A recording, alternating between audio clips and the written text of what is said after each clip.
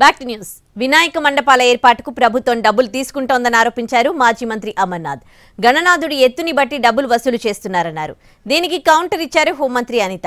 విజయవాడలో వరద బాధితులకు పులిహోర ప్యాకెట్ కూడా పంచని వ్యక్తులు ప్రభుత్వంపై విమర్శలు చేస్తున్నారని మండిపడ్డారు.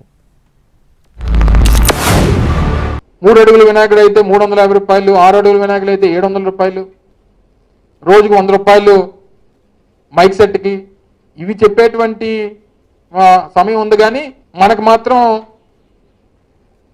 ఎక్కడ వర్షాలు పడతా ఉన్నాయి, ఏం చర్యలు తీసుకోవాలనేటువంటి దానికి సమయం లేదు మనకి. తీరా అడిగితే నిన్న మంత్రి గారు చెప్తా ఉన్నారు ఎవరి దగ్గర రూపాయి డబ్బులు తీసుకోలేదని. చెప్పండి, చాలా మంది మీరు కాలనీలో ఉన్నారు కదా, అసోసియేషన్స్లో ఉన్నారు కదా, నా దగ్గర 10 రిసీట్లు ఉన్నాయి డబ్బులు కట్టినవి.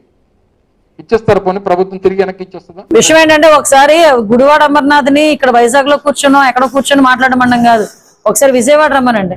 విజయవాడ వచ్చి ఒక పులిహోర ప్యాకెట్ ఎవరికైనా అందజేసి మాట్లాడితే బాగుంటది. అంతే తప్పించి ఎక్కడ మాట్లాడకుండా ఏం పోయింది, పైసా ఖర్చు లేనిది కదా ప్రెస్కి వచ్చి ముందుకు వచ్చి మాట్లాడటం. అందుకని నోటుకు వచ్చినట్టు ఏది పడితే అది మాట్లాడుతున్నారు. కొంచెం సంస్కారం ఉంచుకొని మాట్లాడుకోవాలి. ఎందుకనంటే ఈ రోజు అక్కడ ఎన్ని సహాయక చర్యలు జరుగుతున్నాయి, ఎంతమంది దాతలు ముందుకు వచ్చి ఈరోజు సహాయక చర్యల్లో పాలు పంచుకుంటున్నారు. చిన్నపిల్లలు సైతం వాళ్ళ కిడ్నీ బ్యాంకులు బయటకు తీసుకొచ్చి ఈ రోజు మన సీఎం సహాయ నిధికి తీసుకొచ్చి డబ్బులు ఇస్తా ఉంటే ఎక్కడో కూర్చొని కబుర్లు చెప్పడం కాదు.